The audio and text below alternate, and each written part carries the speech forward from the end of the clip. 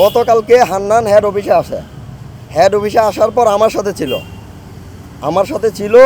যখন বিকাল 5টা বাজে ওর কাজ শেষ, আমার কাজ শেষ, আমি ওরে বিদায় দিলাম যে ঠিক আছে তুমি যাও মিরপুরে, তোমার বাসায় যাও, আমি আমার বাসায় যাই। 5টা 6টার পর থেকে আমি ওরে আবার দ্বিতীয়বার ফোন দিচ্ছি, ওরে আর পাচ্ছি না। আমি 100 বার ফোন দেওয়ার পরও ওর নাম্বার যখন ঢোকে না, পরে ওর ওয়াইফ আমার নাম্বার কোথায় থেকে ম্যানেজ করছে আমি জানি না, আমাকে ফোন দিল যে হান্নানকে খুঁজে পাওয়া যাচ্ছে না, ডিবির পরিচয়ে হান্নানকে তুলে নেওয়া হয়েছে। কিন্তু ডিবি বলতেছে তাদের কোনো কার্যক্রম নাই, হান্নান এখানে নাই। তাহলে হান্নান কোথায়? এই মহাপরিচালক ব্রিগেডিয়ার জেনারেল মাইনুদ্দিন হান্নানকে গুম করেছে এবং হান্নানের সাথে সাথে আমাকে গুম করার প্রক্রিয়া চলছে।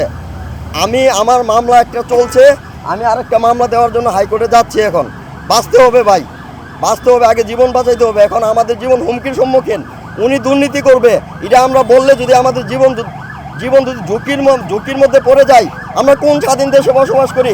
আমি একজন মুক্তিযোদ্ধার সন্তান, উনি আমার নামে পত্রিকায় রিপোর্ট করাইছে আমি ভুয়া মুক্তিযোদ্ধার সন্তান।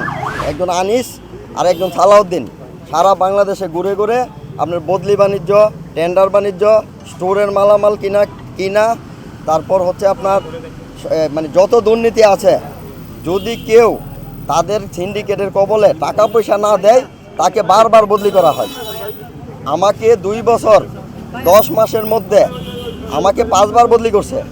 এই আবেদনটা আমি মহাপরিচালক মহোদয়কে দিয়েছি বিবেচনা করার জন্য, পুনঃ বিবেচনা করার জন্য।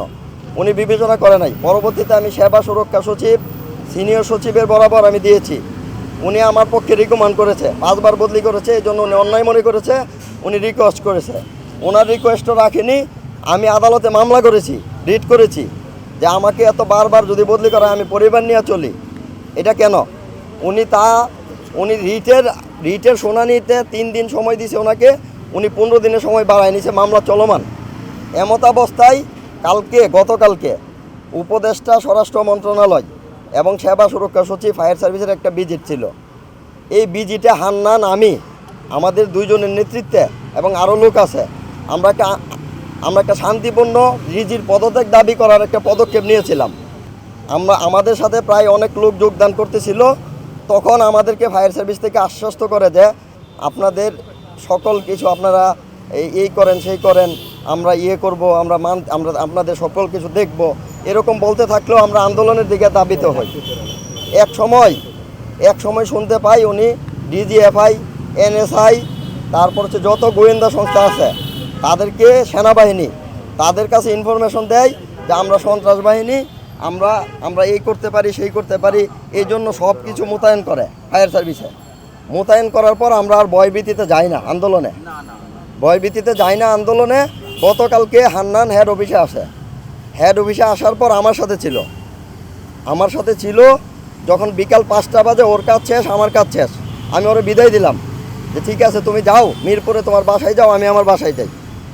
5টা 6টার পর থেকে আমি ওরে আবার দ্বিতীয়বার ফোন দিচ্ছি, ওরে আর পাচ্ছি না। আমি 100 বার ফোন দেওয়ার পরও ওর নাম্বার যখন ঢোকে না, পরে ওর ওয়াইফ আমার নাম্বার কোথায় থেকে ম্যানেজ করছে আমি জানি না, আমাকে ফোন দিল যে হান্নানকে খুঁজে পাওয়া যাচ্ছে না, ডিবির পরিচয়ে হান্নানকে তুলে নেওয়া হয়েছে। কিন্তু ডিবি বলতেছে তাদের কোনো কার্যক্রম নাই, হান্নান এখানে নাই। তাহলে হান্নান কোথায়? এই মহাপরিচালক ব্রিগেডিয়ার জেনারেল মাইনুদ্দিন হান্নানকে গুম করেছে এবং হান্নানের সাথে সাথে আমাকে গুম করার প্রক্রিয়া চলছে।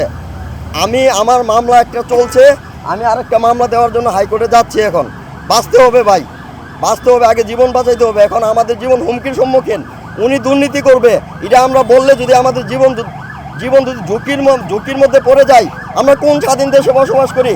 আমি একজন মুক্তিযোদ্ধার সন্তান, উনি আমার নামে পত্রিকায় রিপোর্ট করাইছে আমি ভুয়া মুক্তিযোদ্ধার সন্তান।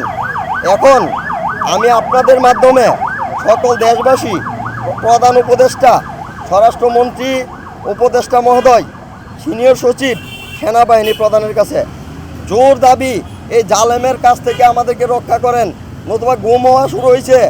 মৃত্যুর এই যে আয়নাগর এই ডিজি স্থাপন করেছিল, তখন উনি হচ্ছে ডিজিএফআই এর উপপরিচালক প্রশাসন 1 ছিল, ওনার নেতৃত্বে আয়নাগর স্থাপন হয়। আমরা এর প্রতিকার চাই, এই ডিজির অপসারণ চাই।